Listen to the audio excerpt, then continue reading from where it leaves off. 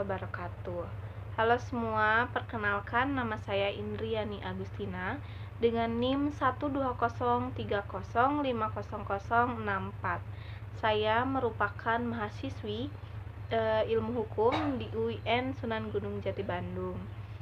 Pertama-tama mari kita panjatkan puji serta syukur kehadirat Allah Subhanahu wa taala karena dengannya saya bisa menyelesaikan pembuatan video ini dengan lancar. Dan tak lupa saya ucapkan terima kasih kepada dosen pengampu pengantar ilmu hukum yaitu Ibu Neng Yani SHMH karena beliau telah memberikan kesempatan kepada saya untuk menjelaskan materi submateri dari kaidah hukum. Baik, dalam 20 menit ke depan saya akan menjelaskan submateri dari kaidah hukum yaitu isi, sifat, dan bentuk dari kaidah hukum. Untuk penjelasan lebih lanjut, mungkin kita bisa simak video selanjutnya. Oke.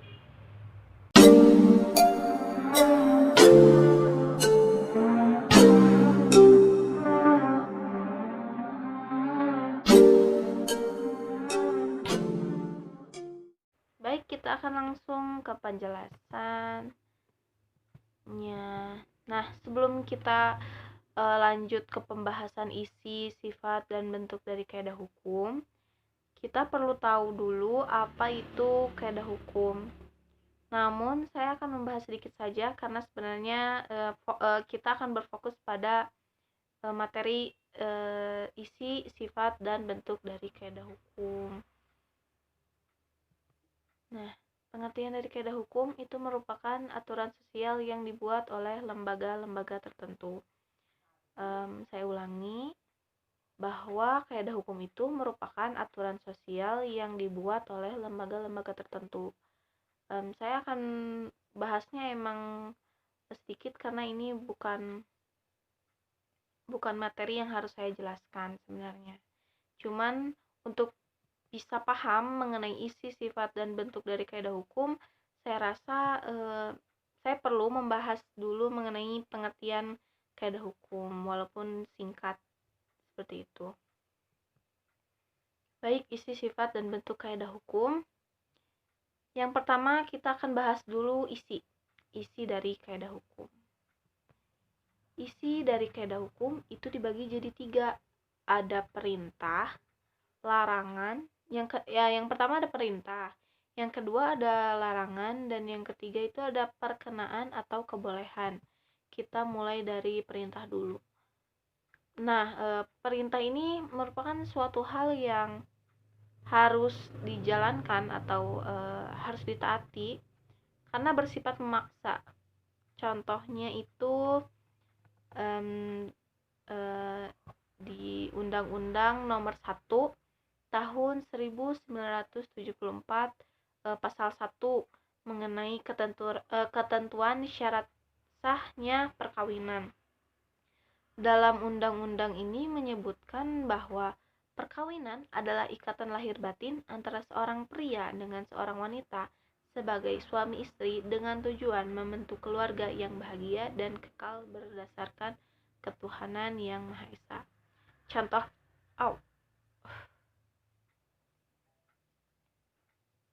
Contoh lainnya itu ada pada Undang-Undang Nomor 22 Tahun 2009 Pasal 77 Ayat 1 mengenai siapapun yang mengemudikan kendaraan dibutuhkan SIM sesuai dengan kendaraan yang dikemudikannya. Nah, pasal 77 ayat 1 ini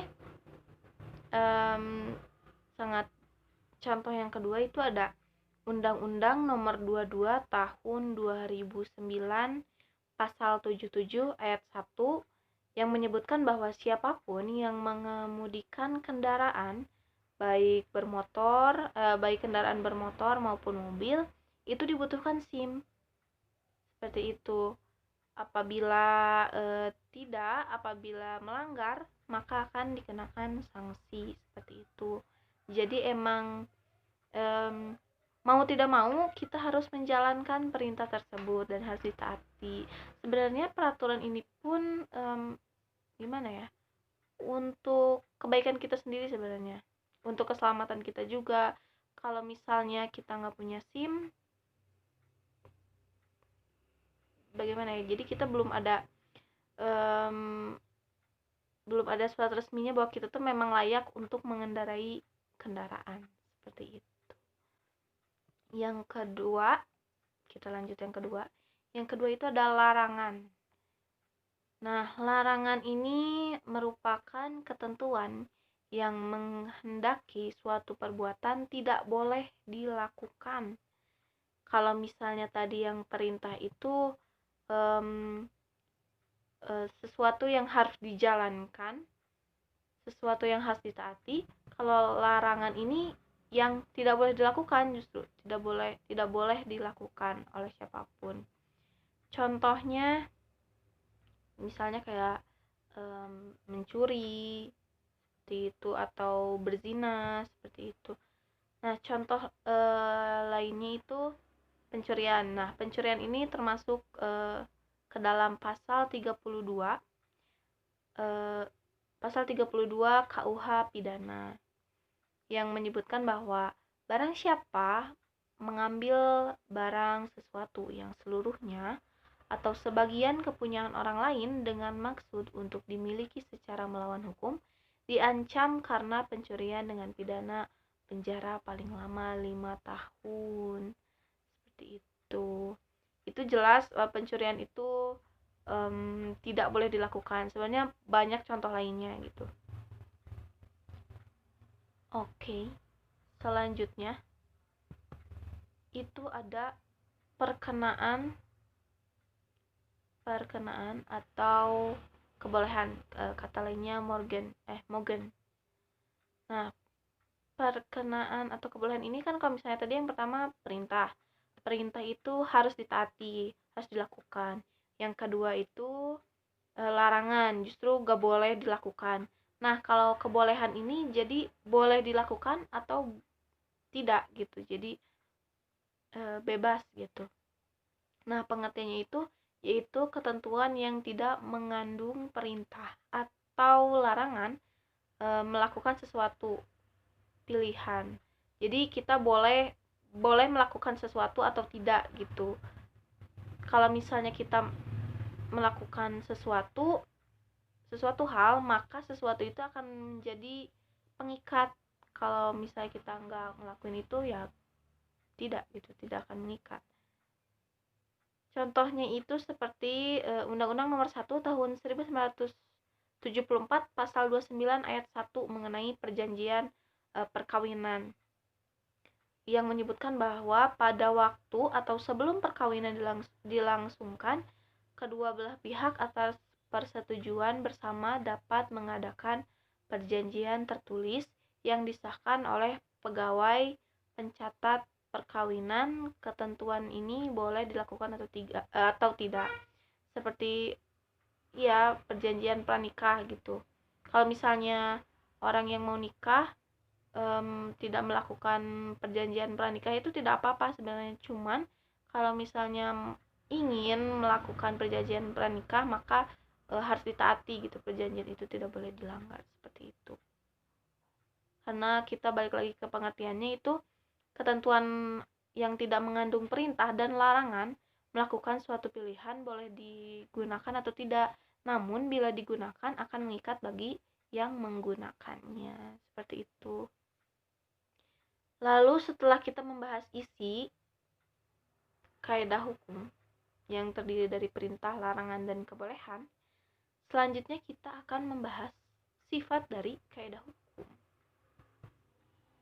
Baik, sifat dari kaidah hukum itu dibagi menjadi dua. Yang pertama itu ada bersifat imperatif, dan yang pertama imperatif, yang kedua itu bersifat fakultatif. Kita akan bahas dari sifat imperatif dulu. Sifat imperatif itu berarti mengikat dan memaksa atau a priori. Baik, contoh dari Sifat kaidah hukum yang bersifat imperatif. Yang pertama itu ada pasal 1334 ayat 2 BW yang menyebutkan apabila seorang guru sekolah dasar akan mengadakan pungutan, maka ia tidak boleh melanggar peraturan perundang-undangan yang mengatur tentang PNS, pendidikan, korupsi, dan sebagainya. Jadi sebenarnya guru itu boleh mengadakan pungutan asalkan tidak melanggar peraturan-peraturan yang ada. Takutnya bisa termasuk ke dalam korupsi seperti itu. Nah, jadi di Undang-Undang Nomor 1 Tahun 1974 ini mengatakan atau menyebutkan bahwa perceraian hanya dapat dilakukan di depan sidang pengadilan berdasarkan alasan yang sah yang telah ditentukan. Peraturan ini bersifat memaksa sehingga suami istri tidak boleh mengadakan perceraian di luar persidangan. Kalau misalnya mengadakan perceraian di luar persidangan itu tidak sah gitu. Karena di sini juga sudah jelas bersifat memaksa gitu. Jadi termasuk dalam imperatif. Selanjutnya itu yang pertama kan bersifat imperatif, yang kedua ada bersifat fakultatif. Maksudnya itu mengatur atau menambah. Jadi tidak secara a priori mengikat, juga bersifat melengkapi. Seperti itu. Nah, contohnya itu seperti pasal 28 Undang-Undang Dasar 1945 yang menyatakan bahwa kemerdekaan berserikat dan berkumpul, mengeluarkan pikiran dengan lisan dan tulisan dan sebagainya ditetapkan dengan undang-undang. Ini kayaknya. Ya, jadi maksudnya itu contoh dari sifat fakultatif ini ada pada pasal 28 Undang-Undang Dasar 1945. Nah, dalam pasal ini menyebutkan bahwa kemerdekaan berserikat dan berkumpul, lalu kebebasan mengeluarkan pikiran dengan lisan dan tulisan dan sebagainya ditetapkan dengan undang-undang. Jadi seperti kita itu bebas dalam mengemukakan pendapat kita gitu, termasuk dalam hak asasi manusia juga. Hal ini jadi kita boleh mengemukakan pendapat kita, mengkritik pemerintah, kita boleh, tapi kalau misalnya kita tidak melakukannya juga tidak apa-apa, jadi tidak mengikat gitu. Selanjutnya itu kita pindah pembahasan, kita ke bentuk kaidah hukum. Kalau kan tadi sifat kaidah hukum itu ada bersifat imperatif dan fakultatif. Kalau bentuk dari kaidah hukum itu ada hukum tidak tertulis dan hukum tertulis. Kita akan bahas satu-satu, oke. Nah, yang pertama itu ada hukum tidak tertulis. Hukum bentuk kaidah hukum yang pertama hukum tidak tertulis yang merupakan hukum yang tumbuh dalam masyarakat dan bergerak sesuai dengan perkembangan masyarakat itu sendiri. Jadi lebih kayak nilai kayak kesopanan seperti itu. Misalnya contohnya kalau misalnya kita ketemu sama orang, kita tuh wajib yang 3S, senyum, sapa, salam, seperti itu. Lebih kepada hukum adat. Contohnya hukum adat di Aceh. Nah, hukum adat di Aceh itu apabila kita jadi di mereka itu dalam penyelesaian masalahnya itu, misalnya tersangka ini dinasehati dulu, diberi teguran dulu, lalu dilanjutkan dengan permohonan maaf dari pelaku di hadapan orang banyak yang dikumpulkan di masjid, lalu dijatuhkan denda seperti itu. Kan kalau misalnya di secara umum gitu tidak seperti itu kan sebenarnya.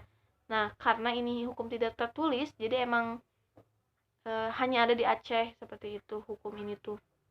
Karena hukum tidak tertulis itu sama saja dengan sama saja dengan hukum adat. Nah, contoh yang kedua itu hukum adat di Papua. Nah, apabila tadi kan di hukum adat Aceh itu harus minta maaf, pertama ditegur dulu, terus kedua minta maaf, dan yang ketiga itu didenda.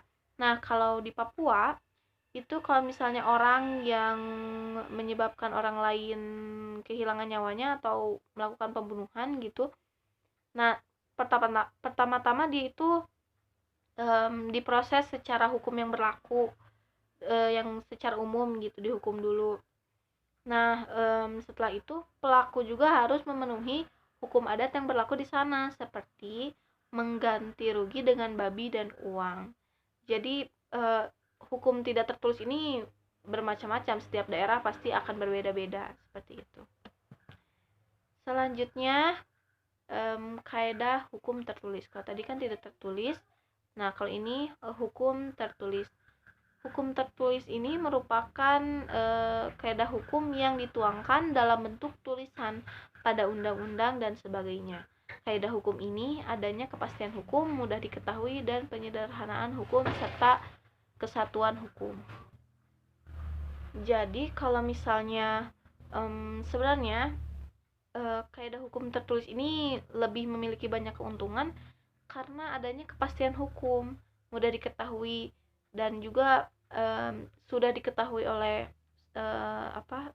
banyak orang gitu. Jadi jelas kalau misalnya ada suatu kasus itu. Nah, contohnya itu ada KUH pidana, KUH perdata, ada KUH dagang, terus juga itu KUH pidana, KUH perdata maupun kitab undang-undang hukum dagang itu termasuk dalam hukum yang dikodifikasi atau yang seperti dibukukan gitu. Kan pengertian dari KUH pidana atau KUH perdata itu merupakan kitab undang-undang hukum pidana maupun perdata. Jadi sudah dibukukan seperti itu. Kalau contoh yang lain, contoh dari hukum tertulis itu ada undang-undang, ada peraturan pemerintah, dan ada keputusan presiden. Nah, undang-undang, peraturan pemerintah, dan keputusan presiden ini termasuk ke dalam hukum yang tidak dikodifikasi atau tidak, mungkin lebih pahamnya tidak dibukukan seperti itu. Baik, mungkin hanya itu yang bisa saya sampaikan. Mungkin kita akan review mengenai tadi yang sudah saya bahas. Yang pertama ada isi kaidah hukum yang terdiri dari perintah, larangan, dan kebolehan. Lalu sifat dari kaidah hukum, yaitu ada bersifat imperatif dan fakultatif. Dan yang terakhir ada bentuk dari kaidah hukum, yaitu hukum tidak tertulis dan hukum tertulis. Mungkin hanya itu yang bisa saya sampaikan, kurang lebihnya mohon maaf. Semoga yang saya sampaikan tadi bermanfaat bagi penonton di rumah.